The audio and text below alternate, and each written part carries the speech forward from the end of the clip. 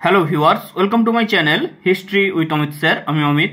আজ আমরা আলোচনা করব ক্লাস 10-এর ইতিহাসের দ্বিতীয় অধ্যায়ের কিছু 2 নম্বরের প্রশ্ন।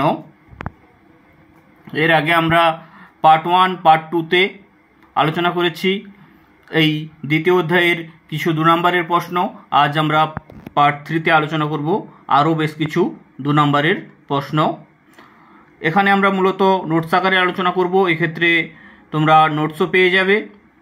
বলে রাখি, ইতিহাসের বিভিন্ন ধরনের ভিডিও পেতে আমার চ্যানেলটি সাবস্ক্রাইব করে রাখো। ভিডিও যদি ভালো লাগে তাহলে লাইক, শেয়ার, কমেন্ট করো, যা আমার পরবর্তী ভিডিও বানানোর পাথেয় হয়ে দাঁড়াবে। যাওয়া যাক প্রথম প্রশ্ন, অর্থাৎ 29 নম্বর প্রশ্ন।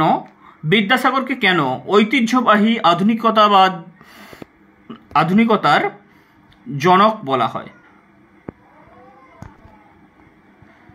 বা বিদ্যাসাগরকে কেন ট্র্যাডিশনাল মডার্নাইজার বলা হয়? ওকে, পণ্ডিত ঈশ্বরচন্দ্র বিদ্যাসাগর ছিলেন বাংলার ইতিহাসে এক স্মরণীয় ব্যক্তিত্ব। এবার আমরা পয়েন্ট দেখে নেব বিদ্যাসাগরকে ট্র্যাডিশনাল মডার্নাইজার বলার কারণ। প্রখ্যাত ঐতিহাসিক অমলেশ ত্রিপাঠী ঈশ্বরচন্দ্র বিদ্যাসাগরকে ট্র্যাডিশনাল মডার্নাইজার বলে অভিহিত করেছেন। কারণ 1 নম্বরে, ঈশ্বরচন্দ্র বিদ্যাসাগরের সর্বশ্রেষ্ঠ কীর্তি বিধবা বিবাহ প্রচলন। আমরা জানি যে বিধবা বিবাহ প্রচলন করেছিলেন ঈশ্বরচন্দ্র বিদ্যাসাগর। ঈশ্বরচন্দ্র বিদ্যাসাগরের প্রচেষ্টায় লর্ড ডালহৌসি বিধবা বিবাহ আইন পাশ করেছিল। প্রথম বিধবা বিবাহ কার সাথে কাটতে হয়েছিল? কালীমতি দেবীর সাথে। সংস্কৃত কলেজের অধ্যাপক শ্রীশচন্দ্র বিদ্যারত্নের সাথে। এবং আমরা জানি বিদ্যাসাগর তার নিজের ছেলে নারায়ণচন্দ্রের সাথে একজন বিধবা মহিলার বিয়ে দিয়েছিলেন, যার নাম হচ্ছে ভবসুন্দরী। যাই হোক, ঈশ্বরচন্দ্র বিদ্যাসাগরের সর্বশ্রেষ্ঠ কীর্তি হল বিধবা বিবাহ প্রচলন। তিনি পুরাণ, পরাশর সংহিতা ও অন্যান্য শাস্ত্রের উদ্ধৃতি দিয়ে বিধবাদের পুনরায় বিবাহের কথা প্রচার করেছিলেন। 2 নম্বর, পণ্ডিত ঈশ্বরচন্দ্র বিদ্যাসাগর রামমোহন রায়ের দেখানো পথেই সামাজিক কুসংস্কার ও বিভিন্ন কুপ্রথার বিরুদ্ধে নিরলস সংগ্রাম চালিয়ে যান। এ সকল কারণে বিদ্যাসাগরকে ট্র্যাডিশনাল মডার্নাইজার বা ঐতিহ্যবাহী আধুনিকতার জনক বলা হয়। মানে তিনি একদিকে যেমন ঐতিহ্যকেও ধরে রেখেছেন, তেমনি তিনি কুসংস্কারকেও দূর করার চেষ্টা করেছেন। এবার আমরা 3 নম্বরে দেখব যে হাজী মোহাম্মদ মহসিন স্মরণীয় কেন। হাজী মোহাম্মদ মহসিন ছিলেন বাংলার একজন ধর্মপ্রাণ ও মহান জনহিতৈষী সমাজ সংস্কারক। তিনি 1732 খ্রিস্টাব্দে হুগলির এক ধনী মুসলিম পরিবারে জন্মগ্রহণ করেন এবং হজ যাত্রার পর তিনি হাজী উপাধি পেয়েছিলেন। দানশীলতার মহৎ গুণাবলীর জন্য তিনি দানবীর নামে পরিচিত ছিলেন। যদি তোমাদের প্রশ্ন আসে দানবীর নামে কে পরিচিত ছিলেন, উত্তর হয়ে যাবে হাজী মোহাম্মদ মহসিন। 76-এর মন্বন্তরকালে তিনি বহু লঙ্গরখানা স্থাপন করেছিলেন। লঙ্গরখানায় বিনা পয়সাতে খাবার দেওয়া হয়। তিনি তার অর্থ দিয়ে মাদ্রাসা সহ শিক্ষা প্রতিষ্ঠান চালানো, চিকিৎসা, রাস্তাঘাট তৈরি, পুকুর খনন, দরিদ্র শিক্ষার্থীদের সহায়তা ইত্যাদি কাজ করেছিলেন। এছাড়া তার অর্থ সম্পদ দিয়ে গড়ে ওঠে মহসিন তহবিল। মহসিনের আর্থিক সহায়তায় এবং শিক্ষাব্রতী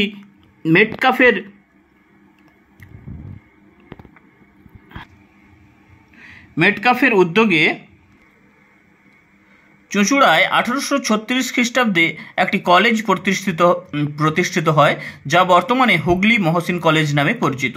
মহসিন তহবিলের অর্থে হুগলি কলেজিয়েট স্কুল, হুগলি মাদ্রাসা সহ বহু শিক্ষা প্রতিষ্ঠান এবং ইমামবাড়া হাসপাতাল 1836 খ্রিস্টাব্দ, হুগলির ইমামবাড়া ইত্যাদি স্থাপিত হয়।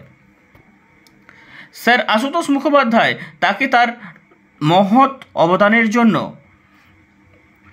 কি বলেছেন? অবদানের জন্য বলেছেন যে 18 শতকের শ্রেষ্ঠ ভারতীয়দের অন্যতম। 18 শতকের শ্রেষ্ঠ ভারতীয়দের অন্যতম। কি বলেছেন না 18 শতকের শ্রেষ্ঠ ভারতীয়দের অন্যতম বলে উল্লেখ করেছেন। স্যার আশুতোষ মুখোপাধ্যায় তাকে তার মহৎ অবদানের জন্য 18 শতকের শ্রেষ্ঠ ভারতীয়দের অন্যতম বলে উল্লেখ করেছেন। এবার আমরা 31 নম্বর প্রশ্ন দেখে নেব, ভারতবর্ষীয় ব্রাহ্ম সমাজ বিভক্ত হলো কেন, অথবা ব্রাহ্ম সমাজের দ্বিতীয় বিভাজন কবে এবং কেন হয়?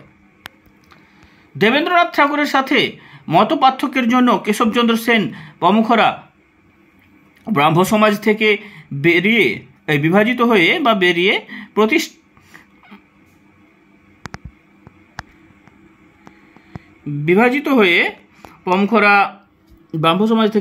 বিভাজিত হয়ে ভারতবর্ষীয় ব্রাহ্ম সমাজ প্রতিষ্ঠা করেন। এবার আমরা দেখে নেব ব্রাহ্ম সমাজের দ্বিতীয় বিভাজন। কেশবচন্দ্র সেনের সঙ্গে কিছুদিন পর থেকেই ভারতবর্ষীয় ব্রাহ্ম সমাজের সদস্যদের মতভেদ সৃষ্টি হয়। কারণ 1 নম্বর পয়েন্ট, কেশবচন্দ্র সেন যুক্তিবাদ থেকে সরে গিয়ে ব্রাহ্ম সমাজে গুরুবাদ প্রতিষ্ঠা করতে চাইলেন, যা ছিল ব্রাহ্ম ধর্মের নীতি বিরুদ্ধ। পরের পয়েন্ট দেখব, ব্রাহ্ম সমাজের বিধান উপেক্ষা করে কেশবচন্দ্র সেন তার 14 বছর বয়সী কন্যা সুনীতি দেবীর সঙ্গে কুচবিহারের নাবালক রাজপুত্র নৃপেন্দ্র নারায়ণের হিন্দু মতে বিবাহ দেন। এবার আমরা বিভাজন দেখে নেব। পয়েন্ট, এর ফলশ্রুতিতে শিবনাথ শাস্ত্রীর নেতৃত্বে প্রগতিশীল ব্রাহ্মরা বিচ্ছিন্ন হয়ে 1878 খ্রিস্টাব্দে ভারতবর্ষীয় ব্রাহ্ম সমাজ থেকে বেরিয়ে এসে সাধারণ ব্রাহ্ম সমাজ প্রতিষ্ঠা করেন। কেশবচন্দ্র সেনের গোষ্ঠীর ব্রাহ্মদের নাম হয় নববিধান ব্রাহ্ম সমাজ। নববিধান।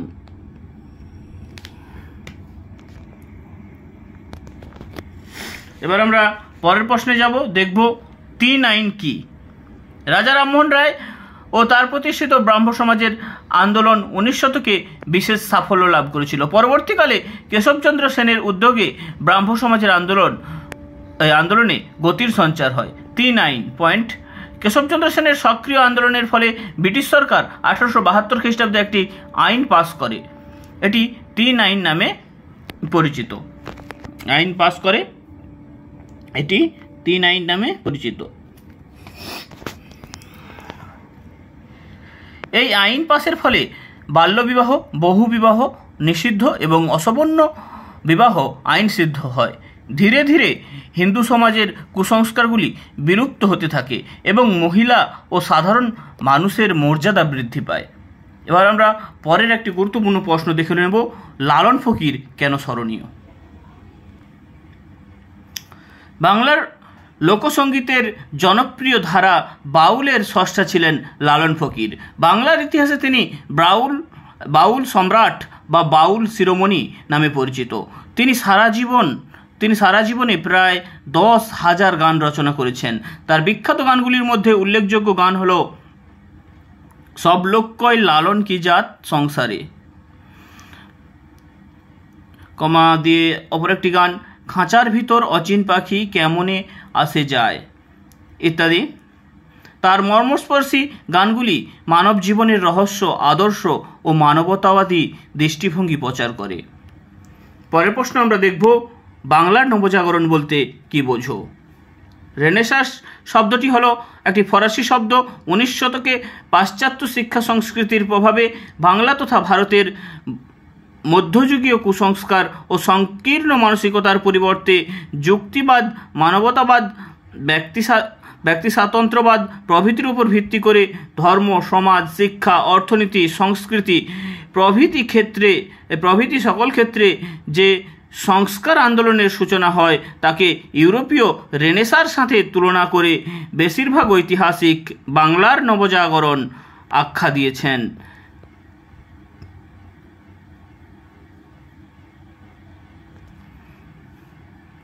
মূলত রাজা রামমোহন রায়ের 1772 থেকে 1833 খ্রিস্টাব্দ সময়ে এই নবজাগরণের সূত্রপাত হলেও এর শেষ ধরা হয় রবীন্দ্রনাথ ঠাকুরের 1861 থেকে 1941 খ্রিস্টাব্দ সময়ে।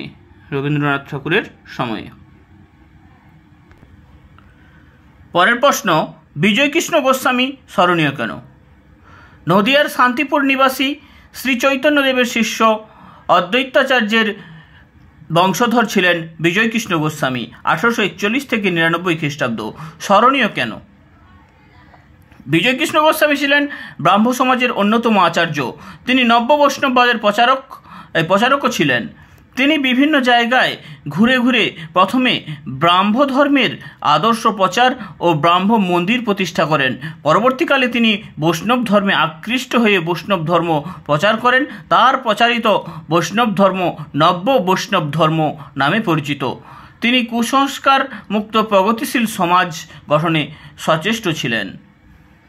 এবার আমরা পরের প্রশ্ন দেখে নেব, বাংলার নবজাগরণকে কেন এলিস্ট আন্দোলন বলেছেন? বাংলার নবজাগরণকে কে কেন এলিস্ট আন্দোলন বলেছেন? 19 শতকে অবিভক্ত ভারতের বাংলায় বহু মনীষীর আবির্ভাব হয় ও সমাজে বিভিন্ন ক্ষেত্রে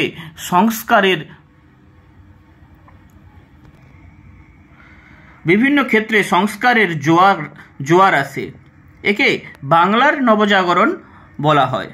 ডক্টর অনিল শীল সহ অনেকেই বাংলার নবজাগরণকে এলিস্ট আন্দোলন বলে অভিহিত করেছেন। এলিস্ট আন্দোলন বলার কারণ, 1 নম্বর, ডক্টর অনিল শীলের মতে এই আন্দোলন মুষ্টিমেয় উচ্চবিত্ত ও উচ্চশিক্ষিত লোকের মধ্যেই সীমাবদ্ধ ছিল। এরা নিজেদের স্বার্থের জন্য ইংরেজ সরকারের প্রতি বিশ্বস্ত থাকত। 2 নম্বর, এরা নিজেদের স্বার্থ উপেক্ষা করে বৃহত্তর সমাজের মঙ্গল চিন্তা করেনি। এবার আমরা 37 নম্বর প্রশ্ন দেখে নেব, বাংলার নবজাগরণকে কে কেন তথাকথিত নবজাগরণ বলেছেন? সেন্সাস কমিশনার অশোক মিত্র মনে করেন বাংলার নবজাগরণ ছিল কলকাতা কেন্দ্রিক, তাই গ্রামীণ বাংলার জনগণকে এই জাগরণ স্পর্শ করতে পারেনি। তিনি 1951 সালের আদমশুমারি রিপোর্টে বাংলার নবজাগরণকে তথাকথিত নবজাগরণ বলে আখ্যা দিয়েছেন। তথাকথিত নবজাগরণ বলার কারণ পয়েন্ট, অশোক মিত্রের মতে চিরস্থায়ী বন্দোবস্তের সুবাদে নয়া জমিদার শ্রেণী সাধারণ রায়তদের শোষণ করে যে বিপুল অর্থ লাভ করেছিল তার একটা বিরাট অংশ তারা কলকাতার সাংস্কৃতিক কর্মকাণ্ডে ব্যয় করেছিল। এই কর্মকাণ্ডের সঙ্গে সাধারণ মানুষের কোনো যোগ ছিল না। তাই সর্ব অর্থে নবজাগরণ বলতে যা বোঝায় বাংলায় তা ঘটেনি।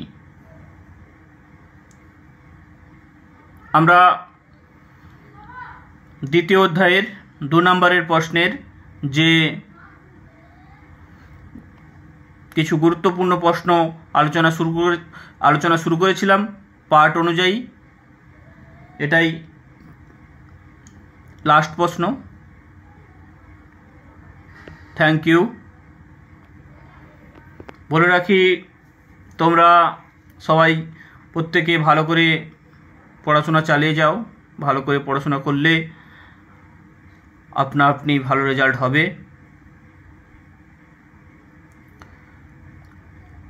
আবারও বলে রাখি যে ইতিহাসের বিভিন্ন ধরনের ভিডিও পেতে আমার চ্যানেলটি সাবস্ক্রাইব করে রাখো।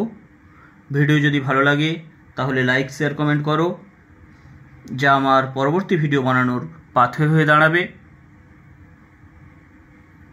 Thank you. সবাই সুস্থ থাকো, ভালো থাকো।